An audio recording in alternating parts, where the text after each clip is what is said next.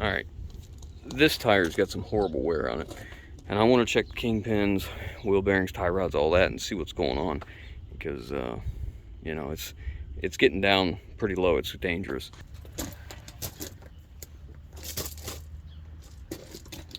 Man, that kingpin feels tight. Oh, that's got some. Oh boy, yeah. Feels like bearing. Something ain't right. I'm not sure what.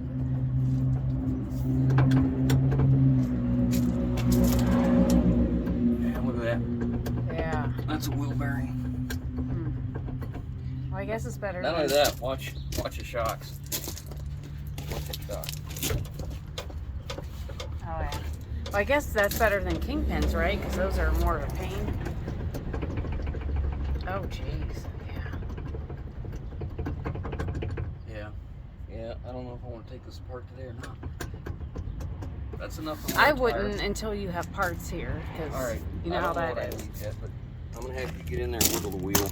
Okay. Tie rods and stuff. We're going to lift the hood.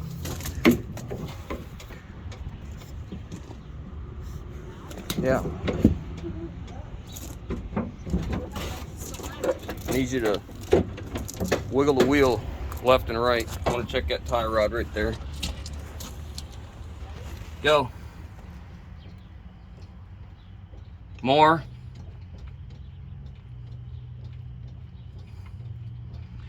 Oh, it's all right there. Let's get on this side. Again.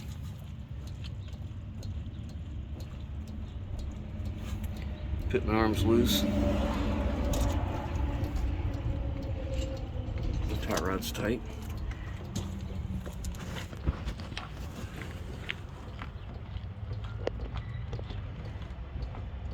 That tie rod's tight. Alright, now we'll check this side. We're going to tighten that up real quick. So I'll jack this side up and check the kingpin as well, and the wheel bearing.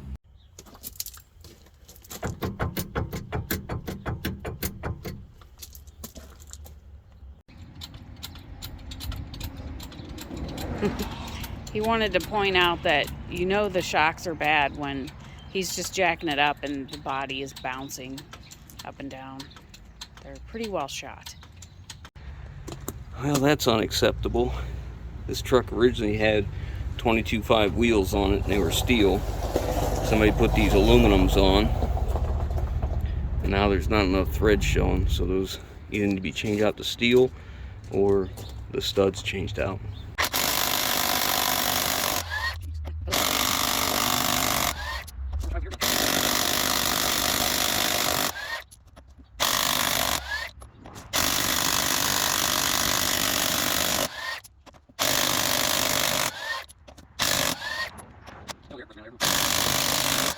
People think that being that tight is good, but it does more damage than good. You end up stretching the threads.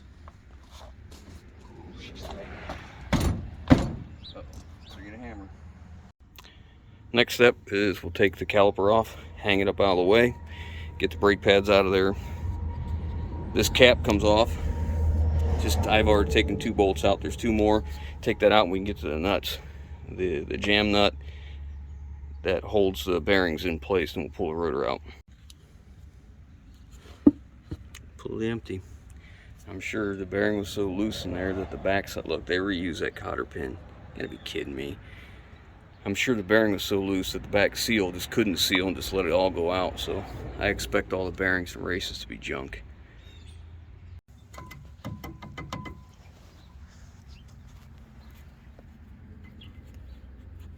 Man, look how loose that was. I bet somebody thought I was just going to tighten that up and put it back together, didn't they? Not. Can't run a bearing like that and expect it to be okay.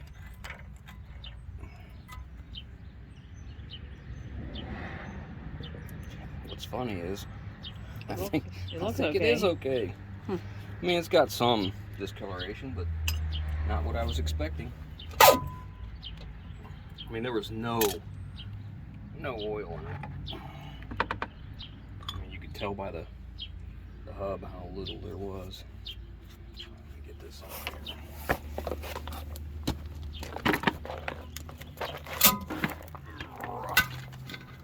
Well, seal is gone. Look at that.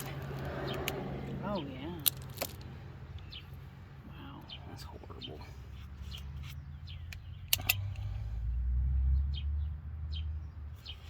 Been dry for a while.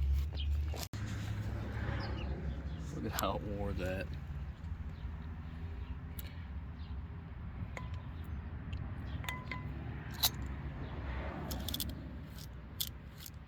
Man, that's like, if we only had smell-o-vision. Yeah, that's been heat. That's been hot.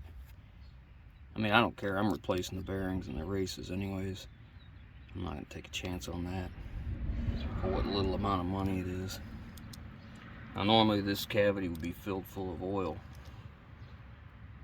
That's what lubes the bearings. Man, that's been hot. Let's see if we can get a good look at the race there. I don't know if the camera's going to pick it up. We'll put the light on it. Get down closer in there. Let's see how it's worn. So we're going to knock the races out. So we'll get new bearings, new races.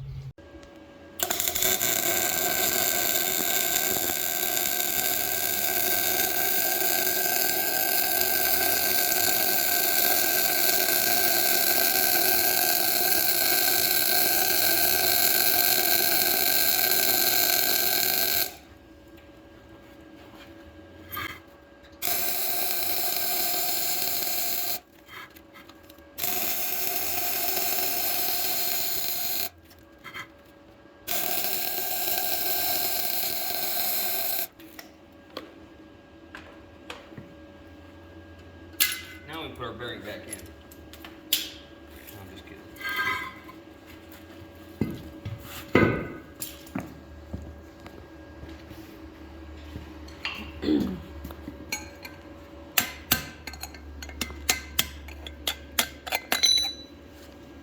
What'd you do? Make it a little ledge for you to... No, I just weld around it and it makes the race shrink. Oh. And it's easy to get out. Okay. I'll do the same to this one. Boy, it stinks. Rusty rotor. Ice grips gives me a better ground.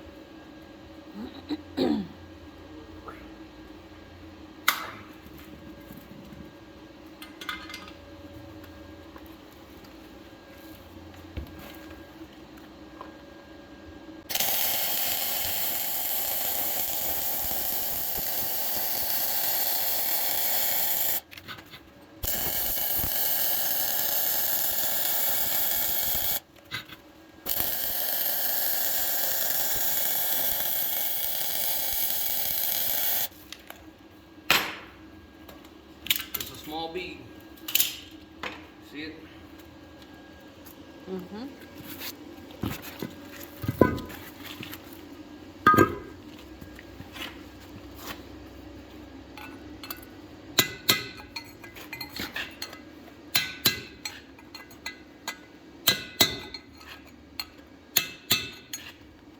There's not enough ledge to really beat on these, so this is really one of the easiest ways to get them out. Okay, now we'll let them cool and I'll get the numbers off. Grease these Kingpins while I got it apart. There's no load on it.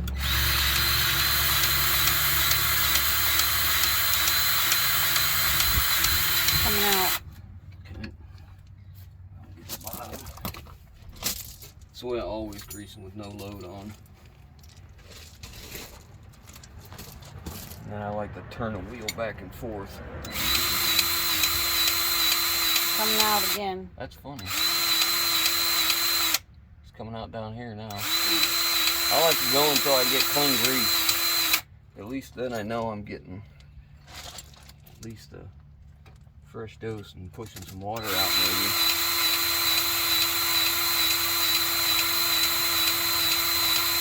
Okay. Now I won't do the other side until we take it apart, because I don't want to fill it full of grease and not be able to check the Kingpins real well, so we'll get that one later. get this. We'll work on getting this together. We got to clean these all up. You can see this rust ridge right here where the brake pads weren't. We got to take a file and get that cleaned up. All right, I got 4 new races, 4 new bearings, 2 new seals, and 2 new hub seals. So now I got to drive the races into here. Very important to make sure that edge right there is cleaned out real good, that corner, so that the new races will sit flush and be in the right spot. So I like to take a knife, get in that corner, get all that crud out of there, and then I'll wipe it down with a clean towel. Now that's better. And we'll set that down in there. This is a race driver. It's tapered and it fits most common bearing sets. So now we'll just drive it down in. Alright, I gotta make sure it's seated. So I just take a mirror and look all the way around there. Make sure she's touching. And I can make sure it's where it belongs.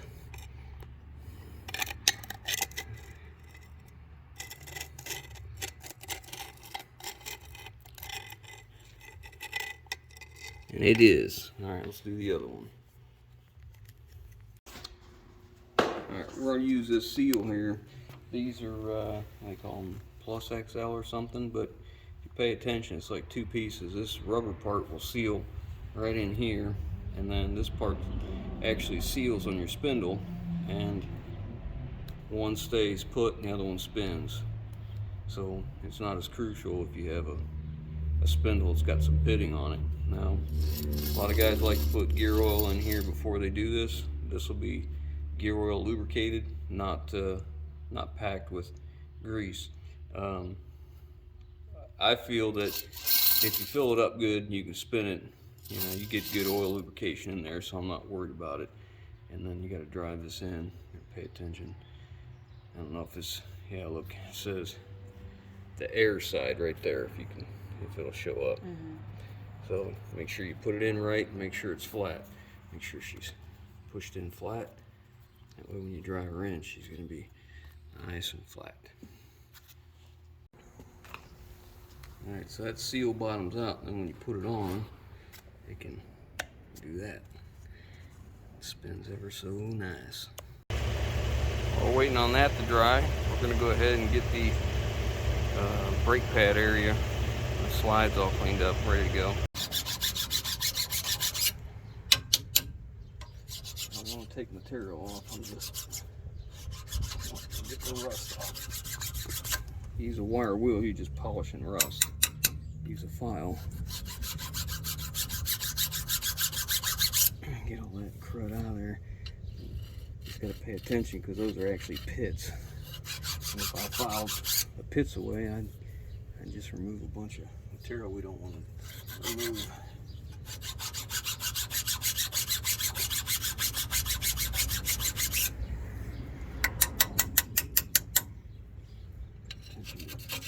All the crud build up here too. You can see it's going down.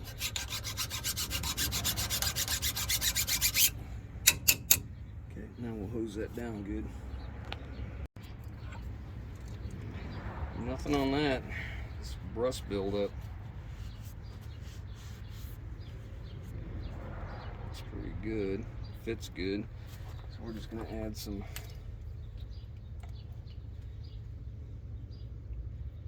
caliper slide lube.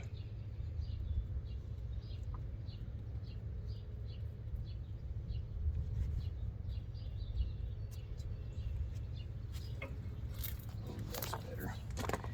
That's much better. Take the crap off. Let's check this one. You know what that's missing? It's supposed to be a nylon bushing on that. The last people to do this didn't put it in. Wasn't that just fantastic? Because I don't have any.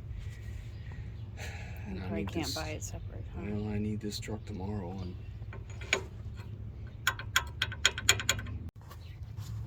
Well, it's $90 to get the kit that the bushing comes in for this. And we really only need the bushing. So I guess it does pay to have parts trucks around. That's what it's supposed to be.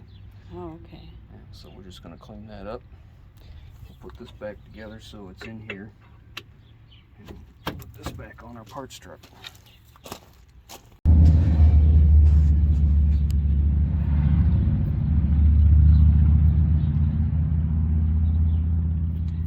Alan at AMI just called me back and said they found another kit that's available that's a little less money. I told him, I said, I just found one in the parts truck. So now the parts truck, when I build it, look how much better that is. Now it'll need a $50 pin kit. That was nice of Alan, though, to keep looking. Yep. That's why we go there. Just good people. Him and Rex and TJ and all them fellers down there. Oopsie. I really oughta. I think I'm gonna take a hammer and squeeze this just a little bit. These things have a little dimple in it right there, and that's supposed to hold it, but it probably works really well in less worn trucks.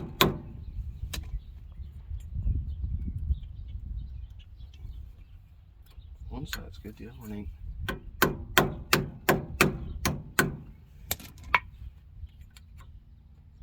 That's gooder.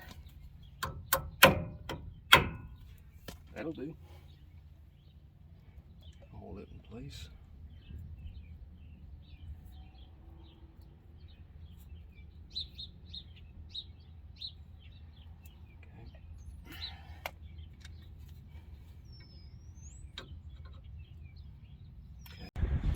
Alright, I'm on this side. I'm getting a little bit of oil out of that hub, not a ton.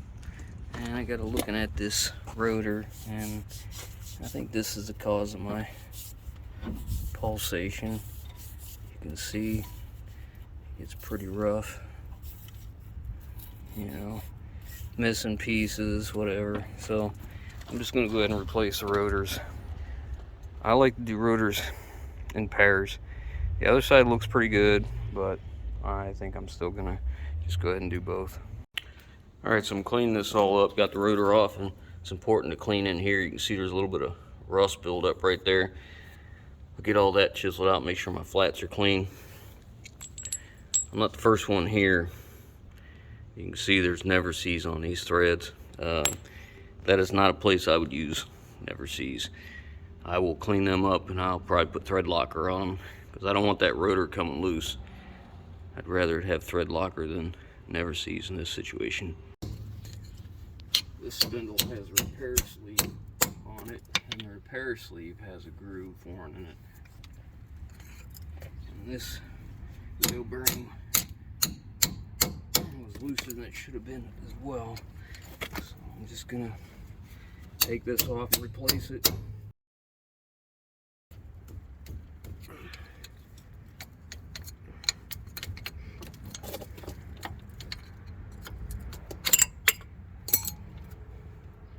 See that there? Look how deep that groove is there. Now we'll get this all cleaned up.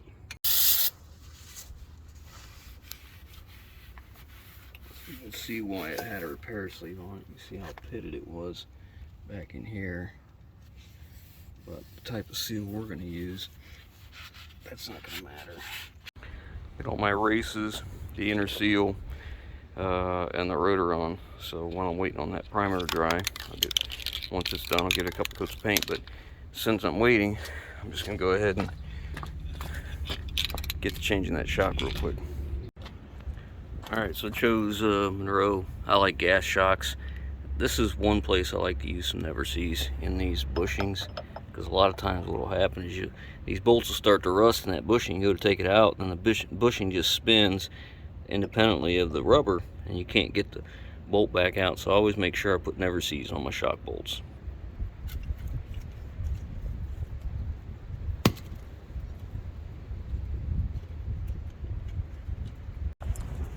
So I got the speedy sleeve off this side, got it all cleaned up as well. Okay, start changing. I'll go ahead and change that rotor out and get the bearings and races and all that changed out. This is the driver's side. When I took it apart, I noticed that the cotter pin was in kind of far, and I just grabbed everything, I throw it in the parts washer. I didn't think nothing about it until I went to go to reassemble, and what's the reason it's like this is it's missing a washer like this that's supposed to go between the bearing and that nut. And you know, I was putting it together and I just noticed. So this is for the other side, so I'll have to go get another one right now. So I just used the one from the passenger side for this side so I can continue on, but you can see the difference in how much farther the nut is out now, which makes this cage here work much better. All right, I'm all back together and I'm starting to fill the oil in the hub. I always put a thin layer of anti-seize on that hub. I know it's controversial, guys will complain about getting it all over them, but it's better than getting corrosion between the hub and that rotor. I have the measurements on one of these studs now so that I can measure to get the one a little bit longer. Either that or I got to get rid of them aluminum wheels, one or the other. So hopefully the new studs will be here in time when I'm ready to put 2 new tires on for the front. I think what I might do is keep that one as a spare and then just get 2 new ones for the front. And when I do that, just send them in and have them polished at the same time, maybe.